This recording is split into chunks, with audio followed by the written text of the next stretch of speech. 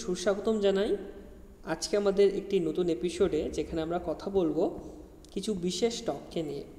তো আমি কৃষ্ণেন্দু ব্যানার্জি, আপনাদের হোস্ট, আপনাদের দোস্ত, আপনাদের এই ক্ষুদ্র ইউথ ট্রেডার পরিবারে। আজকে কথা বলবো শান্তিদূত ইনফ্রা সার্ভিস লিমিটেড নিয়ে। শান্তিদূত ইনফ্রা সার্ভিস লিমিটেড এই কোম্পানিটির মার্কেট ক্যাপ 15,50,00,000 টাকা, যার কারেন্ট প্রাইস চলছে 86 টাকা 30 পয়সা, এবং যার ইন্টেন্সিক ভ্যালু 325 টাকা। অর্থাৎ ইন্টেন্সিক ভ্যালুর থেকেও কিন্তু সে নিচে ট্রেড করছে। এবং আপনারা অবশ্যই জানেন, আপনারা যদি এই শেয়ারটির নাম হয়তো অনেকে শুনে থাকতে পারেন, তার কারণ মার্চ 2020 থেকে এই শেয়ারটা কিন্তু র্যালি দিয়ে একসময় 37 টাকা থেকে প্রায় 500 টাকার গণ্ডির কাছে চলে গিয়েছিল।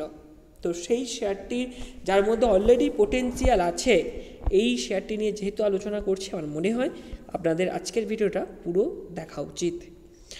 আরওসি রয়েছে 37.2%, যেটা যথেষ্ট ভালো। আরওই রয়েছে সেখানে 31.2%, সেটাও অবশ্যই ভালো। তবে কোম্পানি যেহেতু মাইক্রোক্যাপ কোম্পানি, সেহেতু আমাদেরকে ব্যবসাটাকে একটু বুঝতে হবে যে ব্যবসাটা কী করে। ব্যবসাটা অ্যাকচুয়ালি ইনফ্রাস্ট্রাকচার রিলেটেড ব্যবসা করে। আর আপনারা জানেন যে বর্তমান ভারতবর্ষে সবথেকে গ্রোথ কোনো যদি সেক্টরে থাকতে পারে, সেটা হচ্ছে 2-3টে সেক্টর। একটা হচ্ছে ইনফ্রাস্ট্রাকচার সেক্টর, একটা হলো রিনিউয়েবল এনার্জি সেক্টর, আর একটা হলো ডিফেন্স অ্যান্ড অ্যারোনটিক্স সেক্টর। এখন বক্তব্য হচ্ছে, কোম্পানির ডেট টু ইকুইটি রেশিও যদি আমরা দেখি, তাহলে আমরা দেখতে পাবো যে 0.5-এর নিচেও, অর্থাৎ 0.11, অর্থাৎ এমন কিছু ডেট নেই যেটা কোম্পানিকে নেগেটিভলি ইম্প্যাক্ট করবে। কোম্পানির আমরা যদি ডেট দেখতে চাই, তাহলে দেখতে পাবো মাত্র 49 লক্ষ টাকা ডেট রয়েছে। সেখানে ক্যাশ ইকুইভ্যালেন্ট রয়েছে 73 crore, অর্থাৎ যখন খুশি কোম্পানি তার যে লোন, সে লোনটা কিন্তু সে মেটাতে পারে। কোম্পানির প্রমোটার হোল্ডিং রয়েছে 72.1%, যেটা বোঝায় যে কোম্পানির মধ্যে কিন্তু মেজরিটি স্টেক হোল্ডিং এখনও প্রমোটারদের কাছে আছে, যেটা একটা কোম্পানির যে স্ট্রেংথ, সেই স্ট্রেংথকে ইন্ডিকেট করে।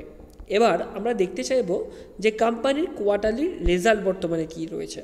কোয়ার্টারলি রেজাল্টের উপর যদি আমরা চোখ রাখি, তাহলে দেখতে পাবো যে সেপ্টেম্বর 2023-এর রেজাল্ট এখনও, কারণ ডিসেম্বর 2023-এর রেজাল্ট এখনও আসেনি, এবং যেহেতু company half yearly result provide করে, সেহেতু আসবে না, আবারও সেই আসবে মার্চ 2024-এর রেজাল্ট।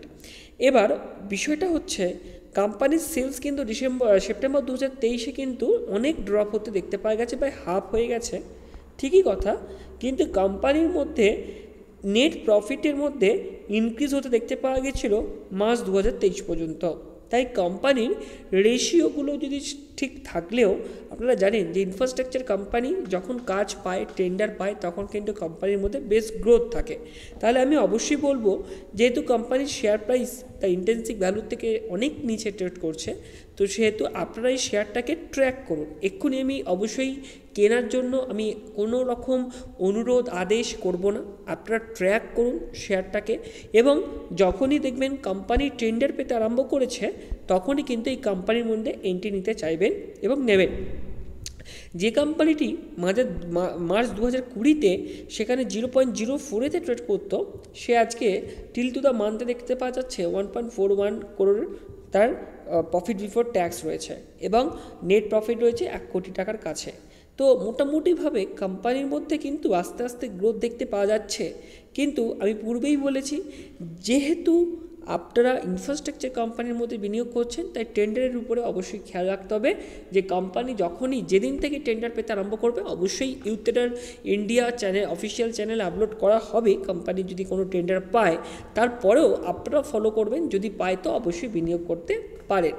নেক্সট হচ্ছে ইনভেস্টারে আমি পূর্বেই বলেছি যে 72.07% কিন্তু এখানে প্রমোটার হোল্ডিং, অর্থাৎ প্রমোটারদের এখনও বিশ্বাস আছে কোম্পানির উপরে, এবং এটা একটা কোম্পানির স্ট্রেংথকে বোঝায়, এবং প্লিজ কোনো শেয়ার হোল্ডিং নেই। তার সাথে পাবলিক শেয়ার হোল্ডিং আমরা দেখতে পাচ্ছেন যে 27.93%। পাবলিক শেয়ার হোল্ডিং মধ্যে যদি আপনারা খুলে দেখেন, তাহলে আপনারা দেখতে পাবেন সঞ্জয় কুমার, অরবিন্দ কুমার, রাজীব, এই সমস্ত অনেক বড় বড় নামকে আপনারা দেখতে পাবেন, HNI নামকে, যারা বিনিয়োগ করে রেখে দিয়েছে এই কোম্পানির মধ্যে। তবে আমি পূর্বেই যেটা বললাম যে কোম্পানি কিন্তু এখনও পর্যন্ত বাইং সিচুয়েশানে আসেনি, ঠিক কথা। তবে আমরা অবজারভেশনে রাখতে পারি, আমরা ওয়াচ লিস্টে রাখতে পারি, তার কারণ ভবিষ্যতে কিন্তু এই কোম্পানির শেয়ার প্রাইসের মধ্যে যথেষ্ট বড় মোমেন্টাম আসার সম্ভাবনা রয়েছে। এবার আসি টেকনিক্যাল আলোচনায়।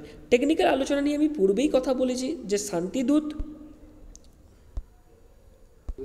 তো বিষয়টা হচ্ছে যে এই শান্তিদূত ইনফ্রা সার্ভিস লিমিটেড এখন কিন্তু আমি পূর্বেই বলেছি যে বাইং জোনে আসেনি, আমাদেরকে অবজার্ভ করতে হবে, যদি ফিউচারে বাইং জোনে ডেফিনেটলি আসবে এবং আপনারা টেন্ডারের উপরে ফলো করবেন। যদি দেখেন টেন্ডার রিলেটেড নিউজ আছে তখনই দেখবেন এই টেকনিক্যাল চার্টেরও মধ্যে পরিবর্তন হতে আরম্ভ করেছে এবং শেয়ার প্রাইসটা, যেটা আমি পূর্বেই বললাম, যেটা একসময় 37 টাকা থেকে প্রায় 500 টাকার দিকে তার মোমেন্টাম হয়েছিল, আপনাদেরকে দেখিয়ে দিচ্ছি। দেখুন 37 টাকা থেকে প্রায় 500 টাকা, মানে প্রায় 10 গুণেরও বেশি যেখানে ইনকাম জেনারেট করে দিয়েছিল, সেই রকম মোমেন্টাম আবারও হওয়ার সুযোগ রয়েছে, তবে এখনই না। তো এখানেই শেষ করছি ভিডিওটা। ভালো লাগলে অবশ্যই লাইক করবেন, শেয়ার করবেন এবং আমাদের যদি মেম্বারশিপ নিতে চান অবশ্যই আমাদের ডিসক্রিপশন বক্সে নাম্বার দেওয়া আছে, সেখান থেকে যোগাযোগ করে নিতে পারেন এবং আমাদের share market related analysis course যদি নিতে চান তাহলেও আপনারা যোগাযোগ করতে পারেন। তো থ্যাংক ইউ সো মাচ। দেখা হবে নেক্সট ভিডিওতে। ভালো থাকবেন, সুস্থ থাকবেন।